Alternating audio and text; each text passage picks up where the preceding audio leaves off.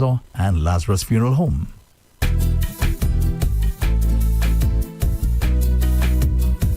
There is only one option when they arrive. Our services will make the dead look alive. With Bouteille and Beaufort accessibility. Remember, we have the only private cemetery. No one can match our prices from coffins to corsage. Personalized service you get when Lazarus take charge. Quality service, no package to make your wallet bleed. Lazarus is your true friend in your time of need. It's delicious. La Plaza Salazar is the true home of quality meat and deli products, selected and priced to suit every palate and pocket. We sell all cuts of meat, poultry and fish, from tasty lamb necks and succulent pork chops to lean dolphin and juicy top round steaks. Our deli items include turkey, ham, bacon, pork sausages, meat patties, chicken nuggets, deli ham and eggs, so that breakfast or that party is a breeze. And for your added convenience, we sell restaurant essentials and grocery items. So where's your next meal coming from? La Plaza Salazar, of course. La Plaza Salazar, Castries, Rosalie, Beaufort, and Soufrière. It's delicious.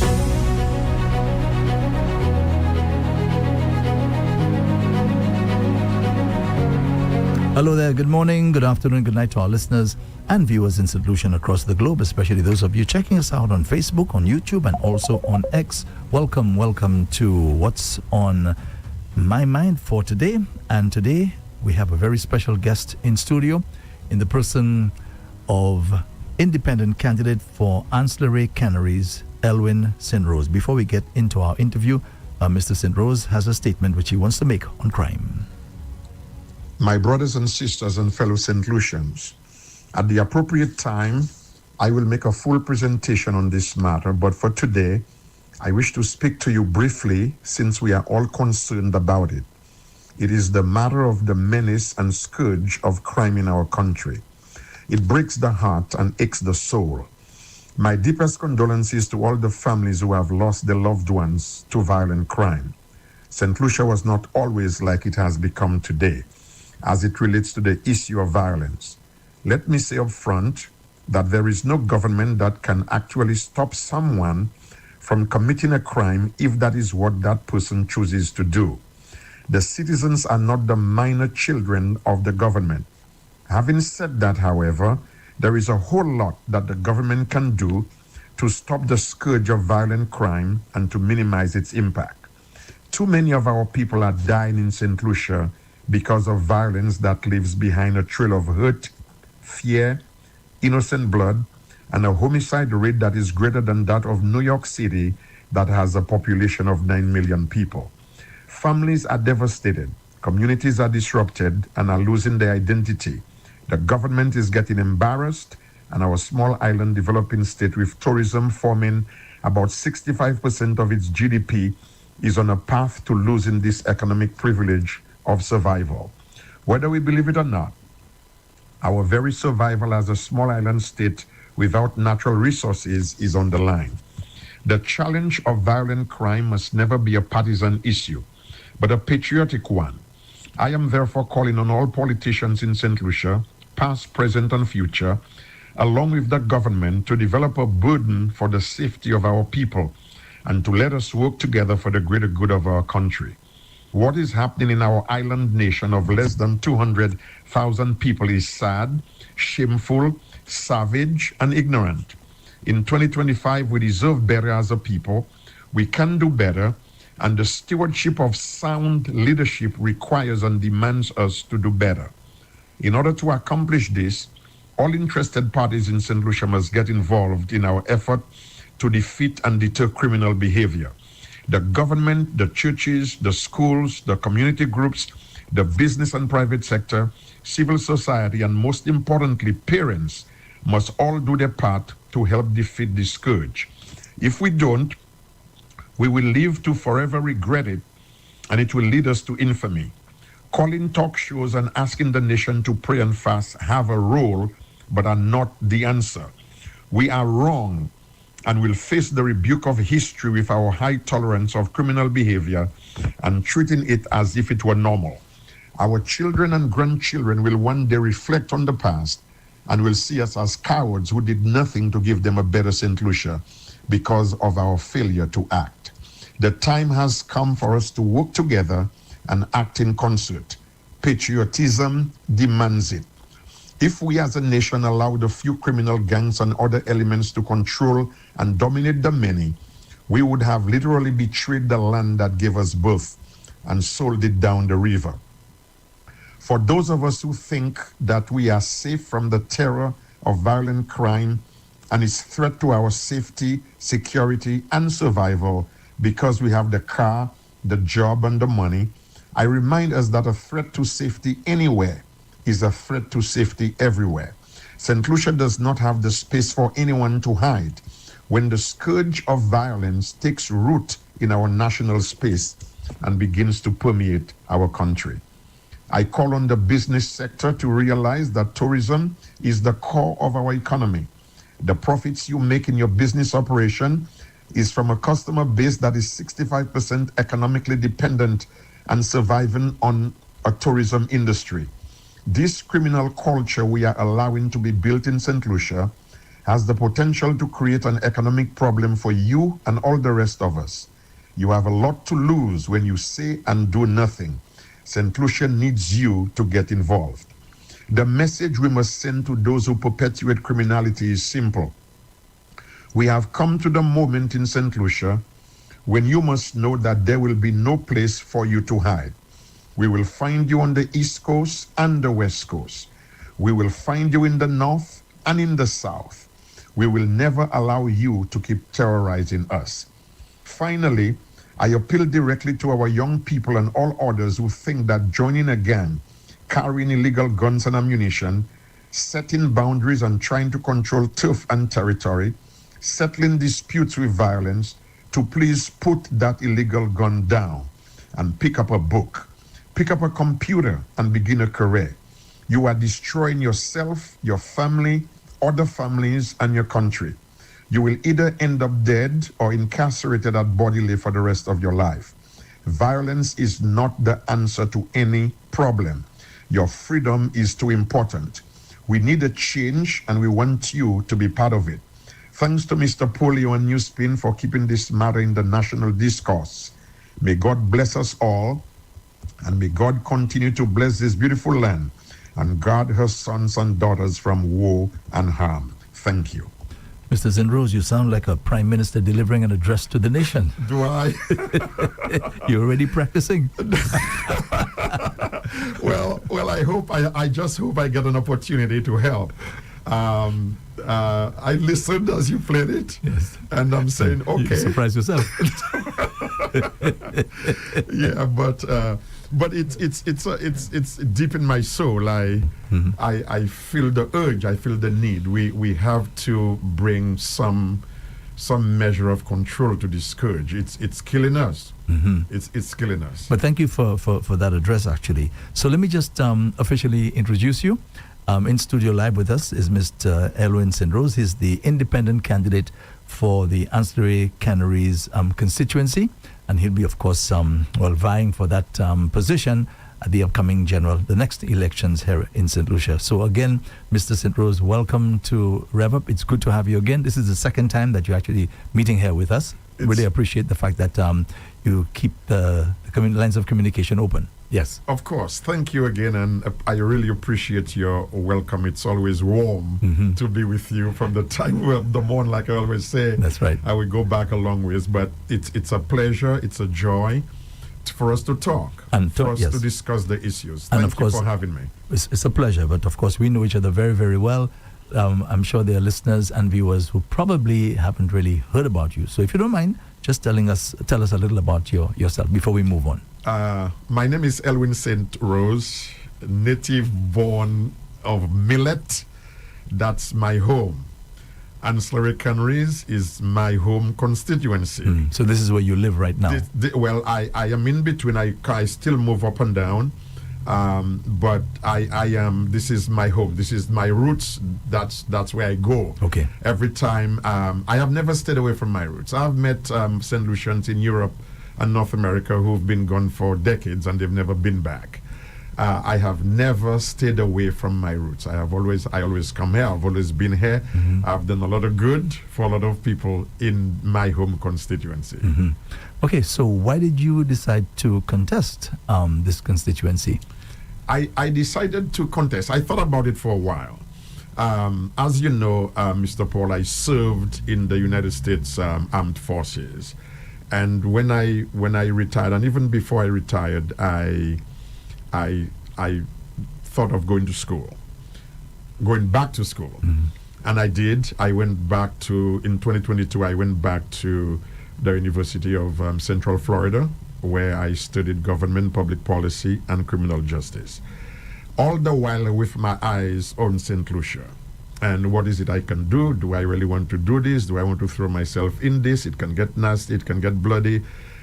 People can get desperate and try to malign you. But I said after a while, it's worth it. If I attempt to help my country, if I attempt to serve my country, and I don't make it, I can go to bed and sleep like a baby because I tried. Mm-hmm. If I stay in isolation, thinking I'm enjoying a great life, and do nothing, and I'm calling a talk show here, calling a talk show there, and think that's the answer, well, history may not be kind to me at the end of the day. Mm-hmm. So I left St. Lucia, went away, studied, work, and I believe I have the capabilities professionally, sociologically, socially, and academically to be here to make a contribution. Mm-hmm. So talking about the issue of making a contribution, because, you know, as an independent candidate, you have certain challenges, if you will, being in a house. Imagine I listen to members on both sides when the house they have the debates and so on, Mm-hmm. and I actually hear sometimes members of parliament who are members of the government saying, I've asked the minister for such and such a thing. Let's hope that, you know, we can get this. So I imagine there are many challenges, even being in government, much less being an independent candidate. How do you feel about that? How do you feel? How will you maneuver and get if you are successful, to get the government to do things based on the amount of pressure that you're going to be providing at that time as an independent candidate? That's an excellent question, because there are lots of myths and fallacies out there about an independent candidate. When I become an MP in the House, I am not there to break windows and doors and to create hostility and toxicity. What I am here to do is to represent my people. Whichever government that is in power, with whichever administration, I am prepared to work with that administration to get resources to enhance and do things for our people. So please qualify work with. Meaning, if, say, for example, the government, if you won the seat, Mm-hmm. and the incumbent, or maybe you may have the United Workers' Party maybe forming the next government, and they ask you to come on board with them, would you accept? Well, that's a ticklish question, because when I say it's ticklish, what I mean by that is I am running as an independent candidate. That's what I am. Mm-hmm. I am non-politically affiliated, at least in this context. So when I win my seat, I go to the House. I am not going there to oppose the government. I'm not in opposition. Mm-hmm. An independent candidate who wins his or her seat is not in opposition per se. You have a party that will be in opposition. Mm-hmm. So my goal, and the way it should be, is to go there having won your seat as a member of the House, work with. You look at the House sometimes, you look at politics sometimes, and it's hostility. Yes. If you are not in the government, it's hostility. An independent candidate does not provide that hostility, at least not in my opinion, and not from what I have seen around the world. You go and you caucus, but you're an independent candidate. The people voted you as an independent candidate. There is a myth that if you're an independent candidate, you are out there in la la la all by yourself. No, that's not true. You are willing to work with the government. You will support the government where you think it's right, and you will oppose it where you think it's wrong. And that's what it should be anyway. Mm-hmm. So when I say work with, I mean outside of the toxicity, outside of the hostility. I am here in the House to serve my people and my constituency. Good. But let's go back to my question. Yes. Would you be willing to, for example, if you're offered a post in government, whether the United Workers' Party wins the election or the incumbent St. Lucia Labour Party wins the election, and they offer you a post in government, would you be willing to to join in? Absolutely. Okay. As an independent candidate who wins, you are in the House.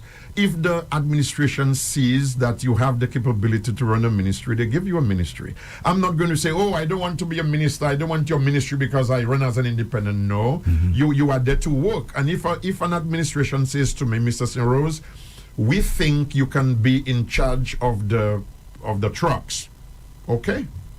As long as that allows me to serve and help my people.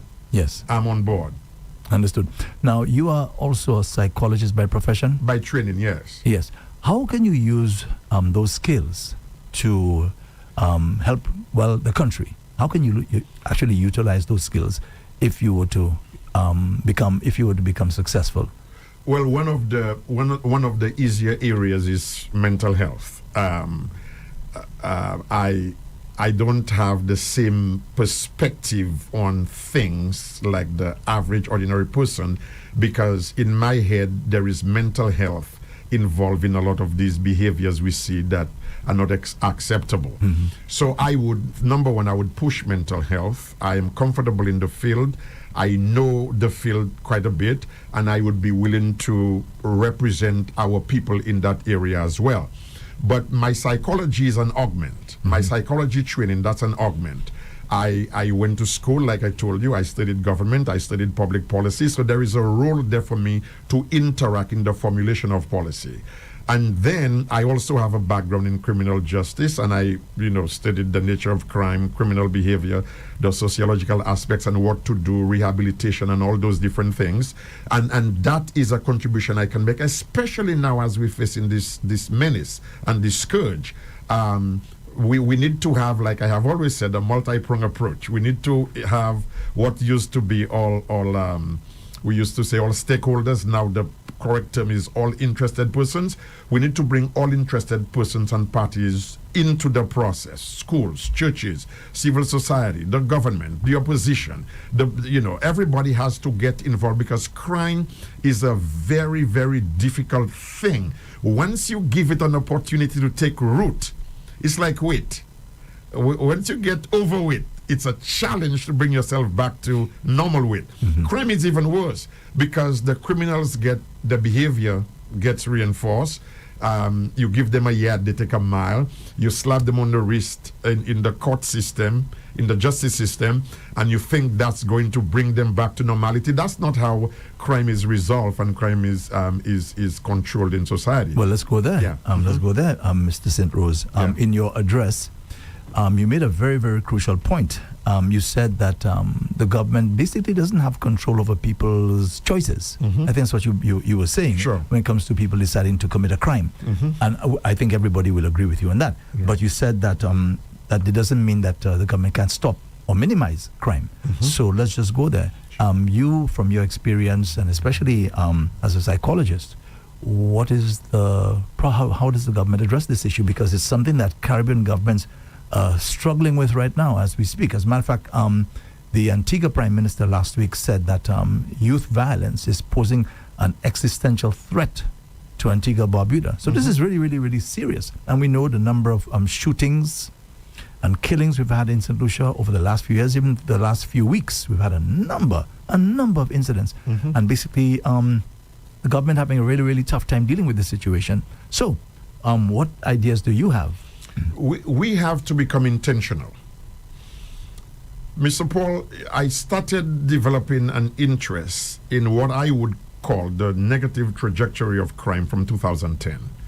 I spoke with the Prime Minister then. I said, and I met with other ministers in that cabinet, and I said to them on separate occasions, we have to do something. Crime is not going to go away because you give the police department a few rifles. That's not it may kill a few criminals, but it's not going to deal with the issue of crime. In 2011, if you remember, the St. Lucia Labour Party campaigned on what was becoming a crime problem in St. Lucia. They won the election.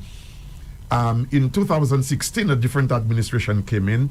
I still try to engage, message after message and so on. We have to do something. And in 2021, another administration came in. And I have been a little bit more vocal because of my interest in what I want to do.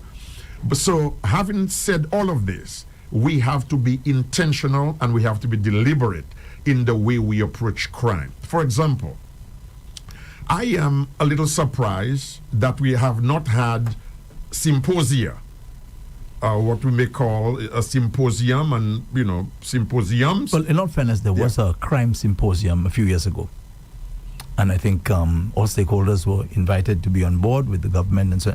But I think that was during a Labour Party administration period. But of course, seems like nothing really came out of it. Indeed, it cannot be touch and go. Military aircrafts do that. It cannot be touch and go. It has to be ongoing. It has to be systematic. We need to have a symposium where we bring interested persons and parties, not just one time. It's not Christmas. We engage it as often as we need to.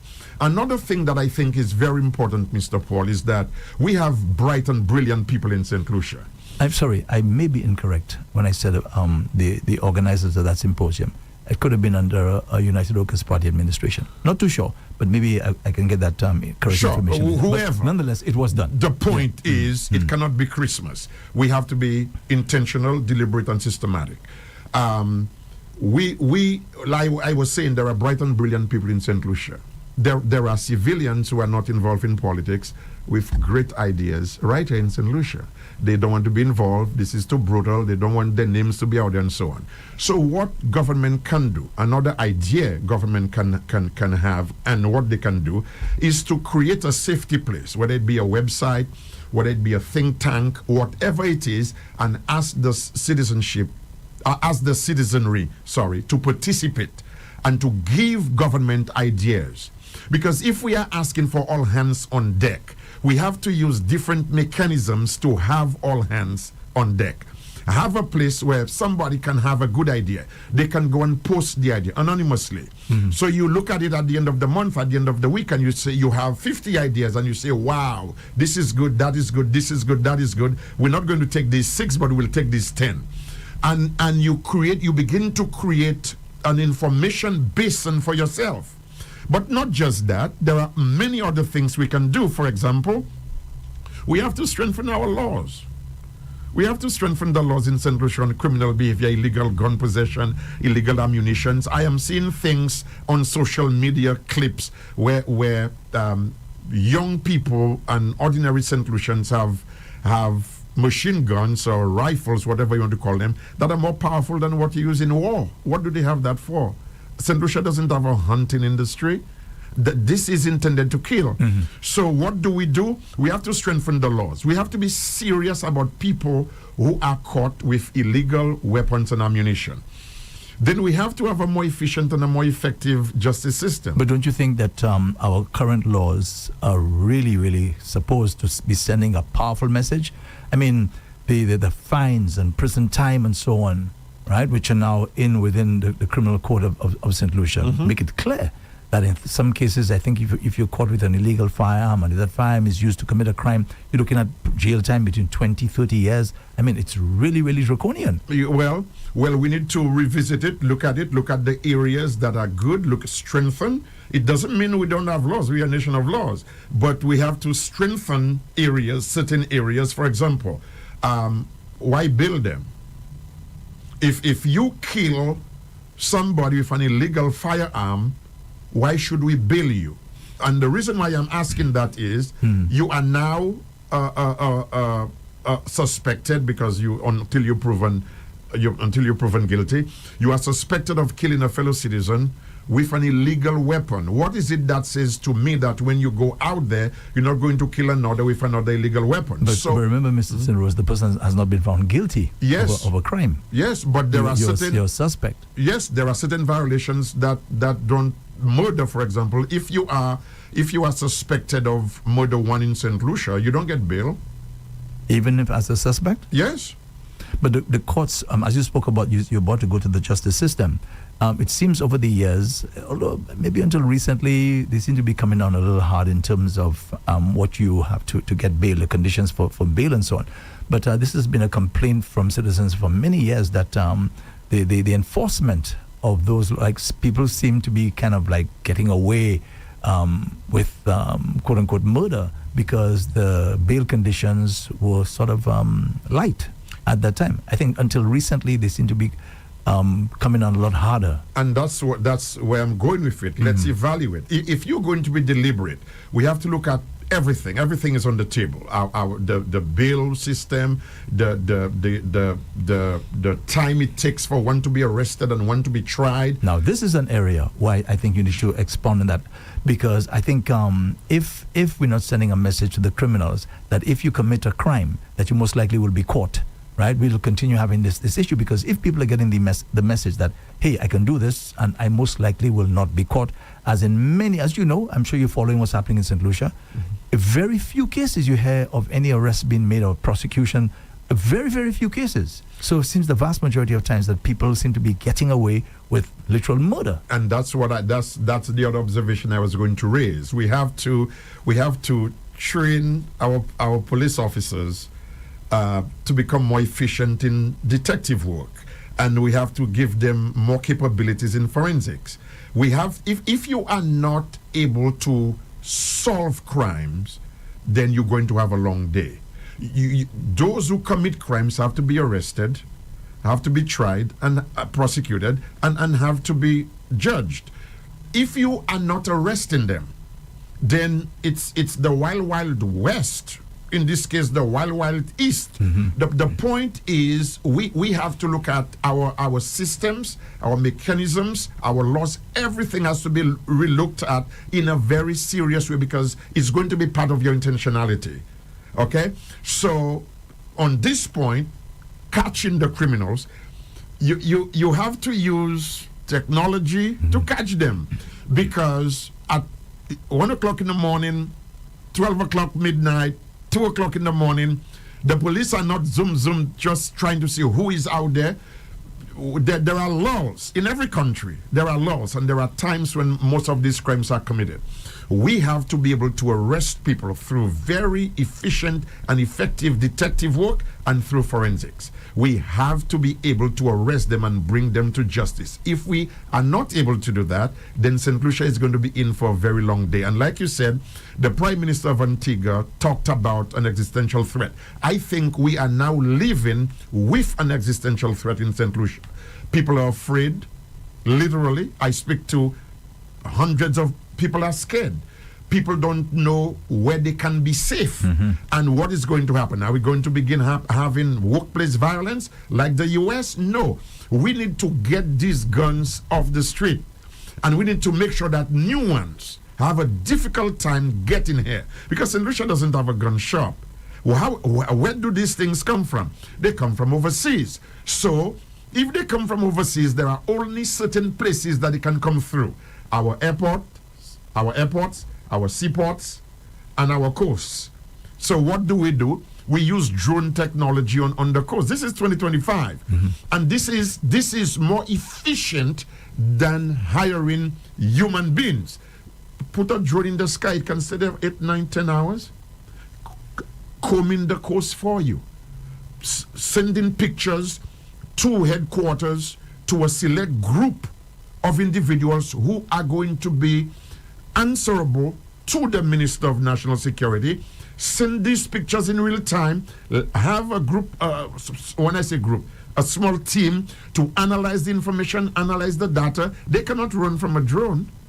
So if we are able to utilize drone technology on the coast, augmenting our Coast Guard, if we look at our laws, look at what we should do, make our justice system efficient, further training for our police. And I can tell you, I know countries in the world today that would be willing to help St. Lucia train our detectives so that they can become more efficient in resolving crime. Well, let me just piggyback on what you just said there, because you know that the French government, for example, trying to assist the government of St. Lucia with the crime issue, and they gifted us a dog called Tyson.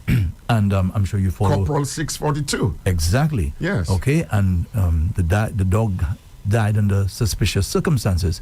So what is your take on that? Because when we hear this dog being able to sniff out 20-something illegal firearms to get that off the streets, I mean, that is really, really good work, plus some illegal drugs and so on. This is really, really commendable. And we thought we were going somewhere with that. And all of a sudden now, this dog just dies under suspicious circumstances. So what is your take on that? My take on that is that the death of Tyson shows us the reach of the criminal behavior in St. Lucia. This dog is handled. That means this dog has a routine. There are only a limited number of persons who handle this dog, feed it, do whatever else that has to be done to keep it healthy and to make sure it is functioning at its level of impact. And the dog dies. And up to now, we've not heard how and why and what happened. There is the talk. I don't know if it's official that the dog was poisoned. So if it was poisoned, who poisoned it? Who wanted it out? Because clearly, if the dog was not sick, the dog was not ill, the dog was highly functional, and it died under suspicious circumstances, somebody wanted the dog dead. Mm-hmm. And we are now touching on an area in St. Lucia in terms of the criminal activities that's important, where everywhere I go, people say to me, there are people who need criminality to happen because they benefit from it. I have not fully wrapped it in my head. I don't fully know what that means. But clearly to me, in the case of Tyson, somebody wanted that brilliant, capable, effective canine out of the way. They wanted it out of the way, and it is out of the way. There's also news which has just surfaced that two high-profile cases here in St. Lucia, the De Leon lady who was killed at a residence, and also Shakadan Daniel, who was killed. Is that the guy in Miku? That's correct. Yeah. Okay. And now the police are saying that crucial pieces of evidence have disappeared in both cases. Mr. Paul, So what about that aspect of fighting crime as well? But this is the criminal reach of what we're talking about, because when the chain of custody, in terms of how you handle evidence, you have limited people doing that. Very limited people. Every police officer is not involved in every criminal case, or you have a limited number of people, and these individuals have to tell you, how did the evidence disappear? And you can't be joking, smiling, laughing about that. This is, if it is intentionally taken care of, this in itself is criminality. And what it is showing is the reach of criminal behavior. Why would the evidence disappear? Is it the chain of custody? And that's why I said earlier, we have to bring everything to the table. We have to look at that, the chain of custody. We have to look at who is investigating. We have to look at why cases are stalled. We have to look at the police department as well. What are we doing? Are we effective? Are we doing the same thing that's not effective, and we're hoping for a different result? Mm-hmm. So, like I said, we need a new approach. We need to put every single thing on the table. We need symposia. We need training for our detectives. We need training in forensics. We need evaluation of the chain of custody of criminal evidence. We need to get guns off the street. We need to protect our ports, our airports, our seaports. We need to protect the coast. So this is going to be, you're going to hear that in greater measure on the trail. Mm-hmm. But for now, these are some of the things we can do to make life better. When the Prime Minister or the Minister of National Security or whoever is at home sleeping in Soufrière, let's say, and a man decides to beat his wife in Villefort, he can't stop that. But what he can stop is to make sure that this man doesn't have a gun to kill her. Now you can say he can kill her with a butter knife, okay? You can't stop that because a butter knife is legal, but a gun is not. And if you look at the majority of the homicides in St. Lucia, these individuals die from gunshot wounds. Mm-hmm. That's correct. Yeah. So before we move on, let me just ask you another very, very important question. How do you think we got to where we are as far as crime is concerned in St. Lucia? Especially you as a psychologist, maybe you can chime in on that and give us your professional opinion. The answer is complicated because clearly anytime you are looking at how did we get here, you can go back and you can track, but I can give you some answers. Crime is not wine. It doesn't get better with time. Crime is not wine. There is no country where crime has gotten better just because we were praying that it would. You have to deal with it. It cannot be on the back burner. It has to be on the front burner because no country wants to be known as the crime capital of the world or the region, the Eastern Caribbean or whatever. So we got where we are. Like I told you, from 2010, I have had an interest, as it were, an investment in talking to those with authority, telling them we must do something. That's 15 years ago. That's 15 years ago. And as I look back, we have not channeled, in my opinion, we have not channeled the right amount of energy into crime prevention and crime solution. Sometimes it appears like we are not doing anything. We have to do something. We must do something. It may not work, but you must do something. And if it doesn't work, you do something else. But you cannot leave crime out there and say we have to live with that kind of brutality. We don't have to live with a 2-year-old kid getting killed. We don't have to live with a 13 or 14-year-old getting killed in his room. We don't have to live with a pregnant woman getting killed with a baby inside of her. Come on. We don't have to live with that. Those things are abnormal.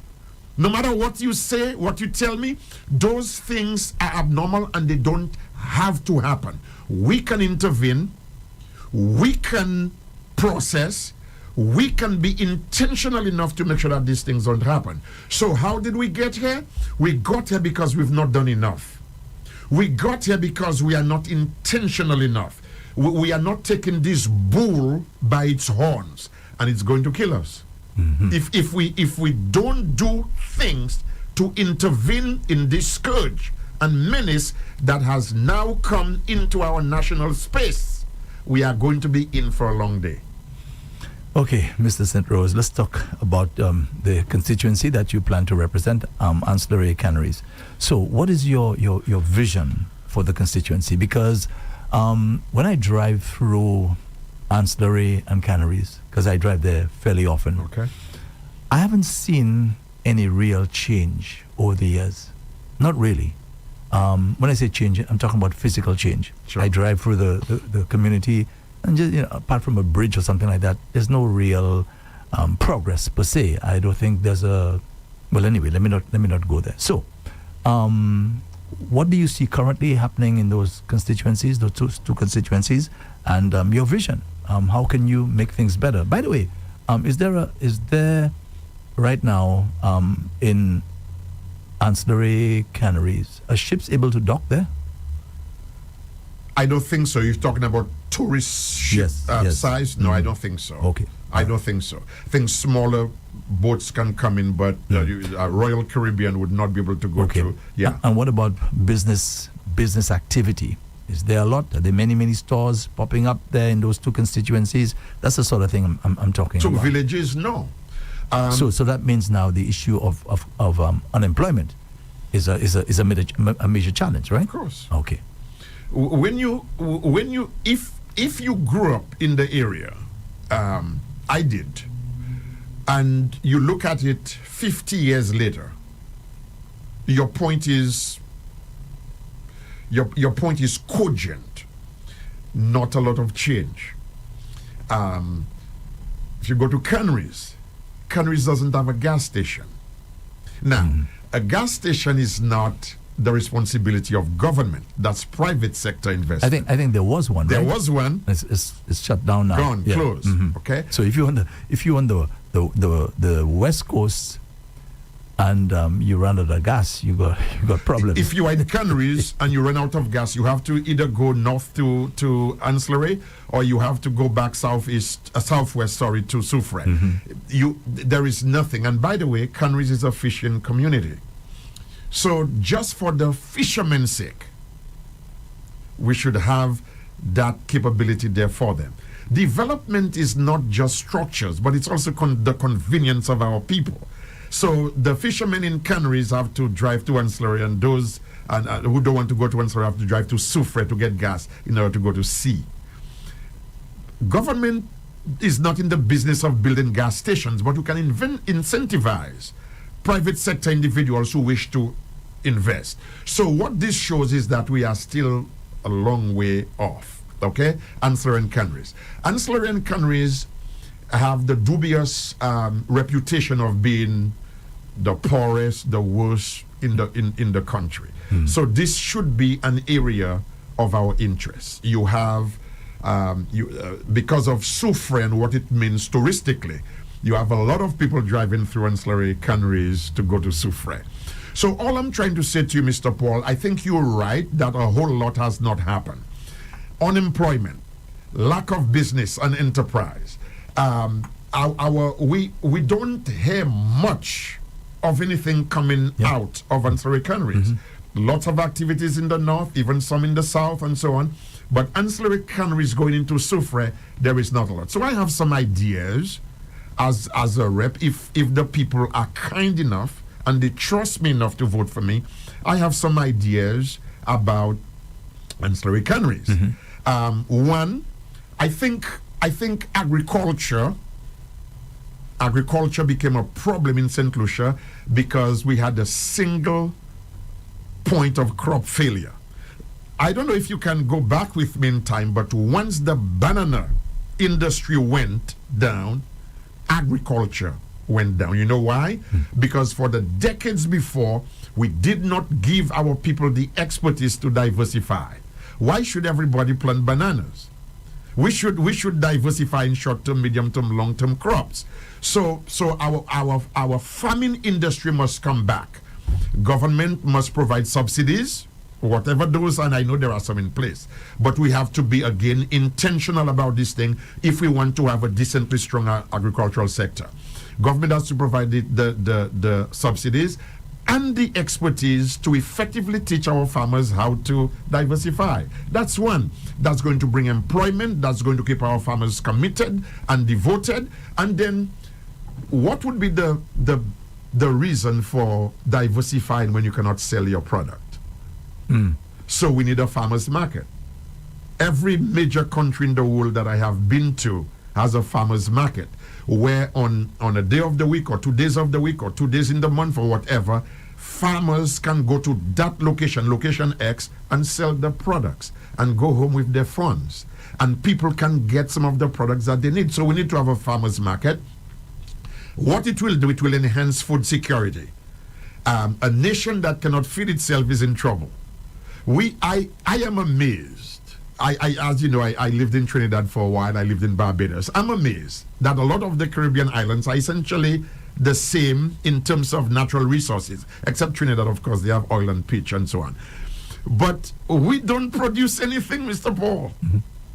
We don't produce anything. If I get into the House of Parliament, I'm going to fall on the floor if I have to make sure we get some kind of industry in ancillary canneries, provide employment for our young people, higher education for our young people. We have individuals who went to SMC or Castries Compre or wherever they went, and they are smart and intelligent.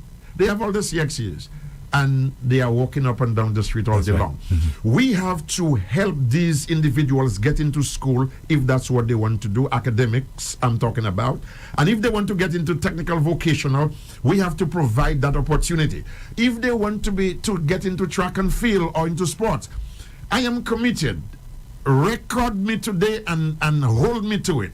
I am committed in finding, if there is, the next Sir Arthur Lewis, the next Sir Derek Walcott, the next Rick Wayne, the next Darren Sammy, the next David Williams, the next Julian Alfred in ancillary canneries if they are there. Push our young people in the area of their passion. Everybody doesn't need to do the same thing. Everybody doesn't want to do the same thing.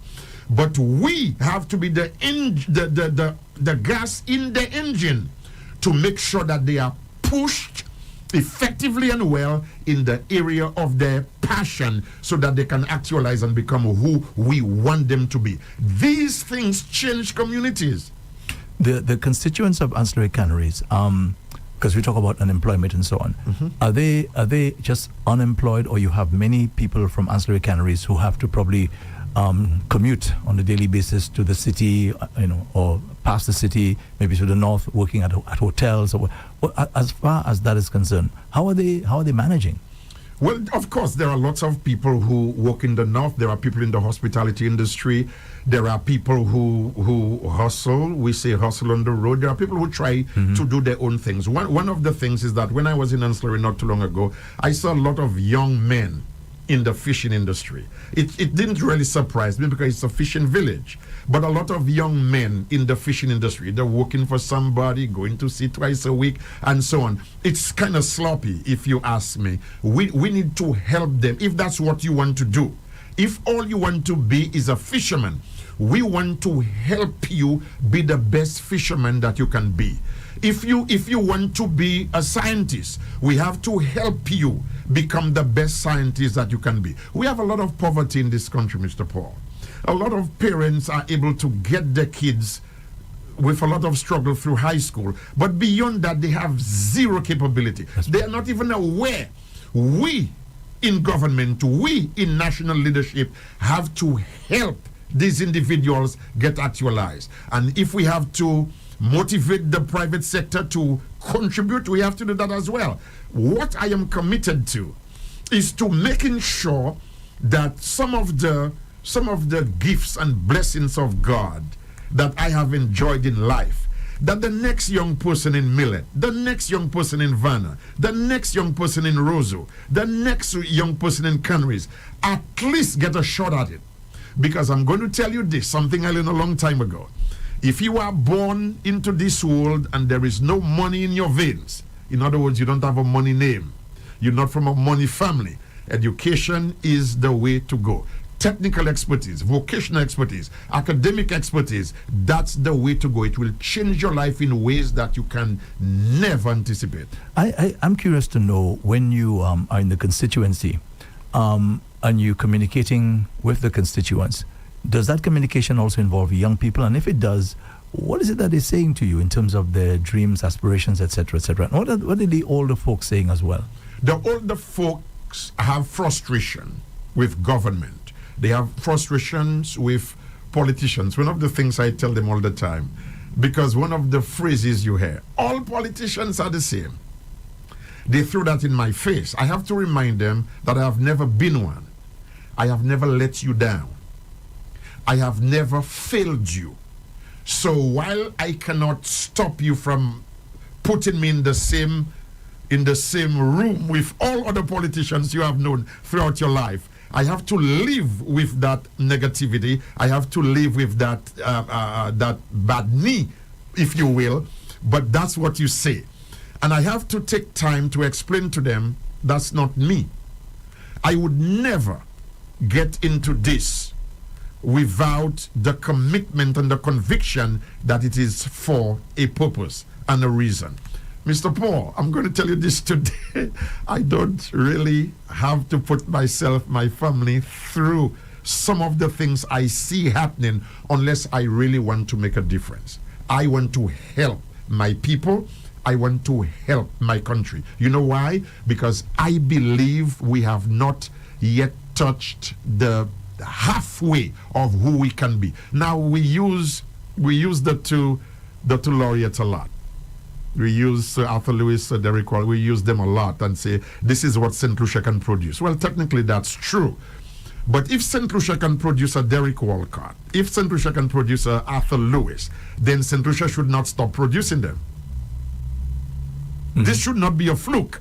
This should be who we are, a commitment to excellence. We are committed to development.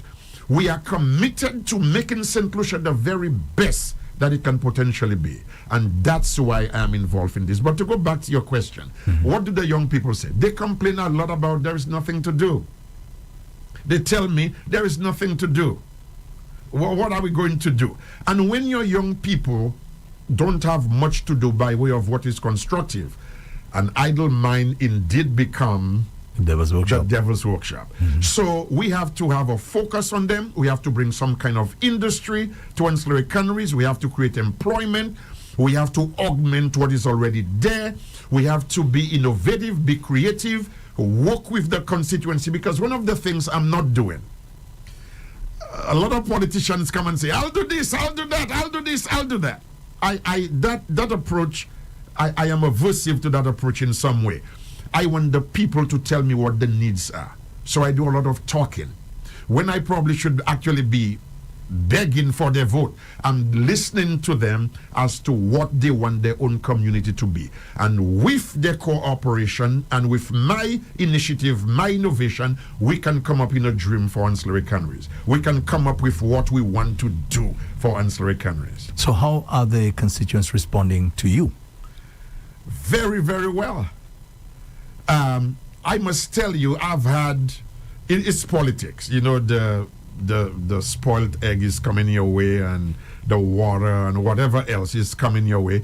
But I must tell you that my experience has been more positive than I anticipated. Absolutely positive. But I'm not a child. I'm not a child. I may be new to politics. I'm not new to life. And with my psychology background, I can read between lines. I know everybody who tells me that they will vote for me will not vote for me. It has not been true in anybody's situation. All I want is enough individuals to vote for me, to give me the opportunity to represent you. And I guarantee you, under God, not just my own understanding, my own capabilities, but I can guarantee you we're going to change that constituency. The reception has been absolutely great. Every now and then you meet somebody who doesn't want to engage the issues. Moi fait flambeau, nga mo flambeau, moi fait liba, nga mo liba. But here we come and we say, we want, while uka more flambeau, uka more liba, we want ancillary to be better. We want Millet, Vanna, Mondo, Tetchime to be better. So, my gosh, look at the time already. Like we have to end in just a little while, but you have to come back again, huh? Of course, Mr. We have agreed. St. Rose. Yes, we have agreed that I will be back. I want to ask you something very important, because you're a Christian. Yes, I am. You're a Christian, and there seems to be this belief that a Christian cannot really make it as a politician in this country. That you can only be nice, you can only be caring and compassionate before you get into the belly of the beast, as they say. So, I hear you loud and clear, and most politicians speak just like you before they enter into the fray. But when they get inside there, it is something totally different. And I've asked that question already. I've received answers and so on, responses as to why that is so. So let me ask you something then, which I think is very important, because I see it on the world stage where there's clear evil taking place by political actors and so on. I mean, across the globe, right? Especially you have most in the more developed countries and so on. Pure evil taking place. And it seems to be like kind of accepted that nobody, I shouldn't say nobody, but like a number of people seem to be okay with that sort of thing, where you can see evil and, as they say no evil and do nothing about the evil. Okay? So is it something that happens when you get inside there? Because all the politicians tell you, before I get in, I'll change this, I'll change that, I'll do this, I'll do that. When I get there, I'm going to stop this, stop that. And when they get in there now, they start to do the same thing that their predecessors have done. And then, of course, now, instead of being loved, which they usually are at the beginning, after a while they're loathed. So, let me ask you now, is it possible, do you think it is possible, that after you get in there, you're representing the constituents of ancillary canneries, that you can continue to be caring and compassionate and kind? That's what I have done all my life, advocating for people. I have zero fear of that. The people who get into politics and sell their conscience are people who are in love with power. Power should only be given to those who are least in love with it. For power corrupts. and absolute power tends to corrupt. Absolutely. I'm too old to be bought. I'm too old to be sold. It would be better for me to just enjoy my life. Just enjoy my life. If I'm getting into this process at this time, and I know somebody's going to say, well, we heard that before. I'm doing it to effect change. The people who watch evil, and I agree with you, there is evil in the political space, in the global political space. And people that you expect to say something, they say nothing. Yes. Because they want power. There are people who are in politics for this reason and this reason alone, power. If you are in politics for the right reason, you can never see evil and not say anything. Now, there may be times when you say something and everybody doesn't hear you. But when you are asked about it in public, you answer according to the dictates of your conscience. So all I'm trying to say, Mr. Paul, is that the Mr. Jackal and Mr. Hyde thing, I have no interest in that. I'm not doing this because I want power. Number one, I'm too advanced. I'm too mature to be doing this for power. I'm not doing this for power. If I wanted more money, I would go and drive a truck for Walmart. And I would make more money than a lot of people in St. Lucia. But that's not my goal. My goal is to help my people. I know what an opportunity did for me. And I want every young person in ancillary canneries to have that same opportunity. But to go back to one last thing, that a lot of people say, Christians should not get into politics. Well, you complain all the time about those that are there. You complain all the time. They bad, they this, they that. And then you don't want people who appear halfway decent to get the why. And the idea that Christians don't get into politics, that's neither religiously sound, theologically sound, or biblically sound. The kings of Israel were not priests and pastors. They were kings. They governed a country. Daniel in Babylon, he served politically. Joseph was the governor of Egypt. Nehemiah served in Persia. So the idea that Christians should not get involved in politics, if you are a Christian, you understand that serving your country is one of the best things you can do in this world. And that's what I want to do. I have helped people as a pastor. I have helped people as a psychotherapist. I have helped people as a military chaplain. And I'm prepared to help my people as a politician. Well, I'm watching the clock on the wall, and it's time to end already.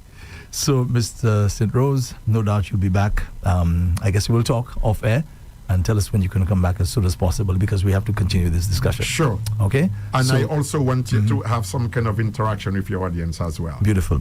Yes, because, again, because of the limited time that we couldn't take any calls. Okay. So you're right. Next time we have to make much more time to get calls. Very well. But what you were saying, was so important that I couldn't disturb you.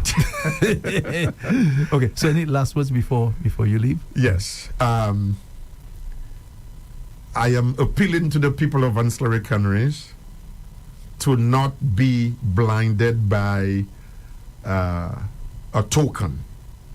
The time for tokenism is done. You have to demand progress and you have to demand success. You have to be part of the decision-making process. You have to be able to interact with your representatives and let them know what's ailing you and what's bothering you. And I also want to speak to the wider audience in St. Lucia. There is a lot of work to be done. We have to address the issue of crime. It is time that politicians get on a platform and share a vision. Tell the country what you will do. There is too much what we call mépris in politics, too much desperation. Why do you want it so much? Why must I want political power so much that I have to lie on my friend or lie on another St. Lucian in order to get it?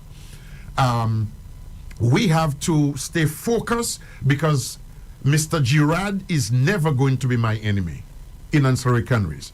Mr. Dominic Fede is never going to be my enemy. They are my opponents. The Labour Party is not my enemy. The United Workers' Party is not my enemy. My enemy is poverty. My enemy is illiteracy. My enemy is underdevelopment. My enemy is the high cost of living.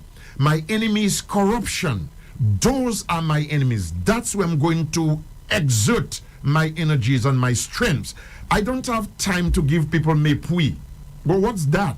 Why call you names, give you mépris? I am not in that.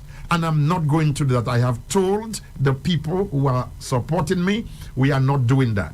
We are going to talk about the situation in St. Lucia and how in our own small way we can engage to make it better. And that's all we want to do. Thank you, independent candidate for Ancillary Canneries, Elwin St. Rose. Thank you so much for your time, and we will be talking again very, very soon. Thank you so much, Mr. Paul. It's always a pleasure. And you're very welcome. Thank you. Yes. You'll be listening to and viewing What's on My Mind with the compliments of La Place Salaison and Lazarus Funeral Home.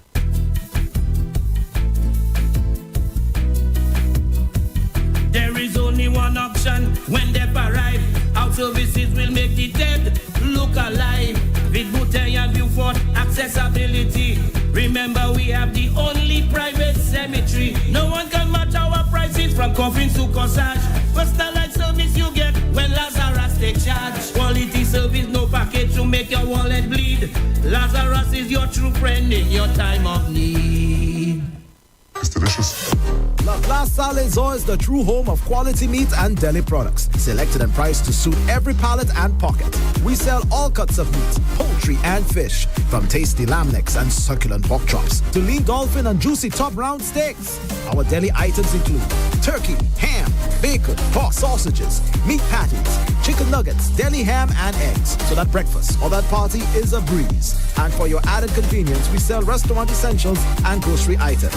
So where's your next meal coming from?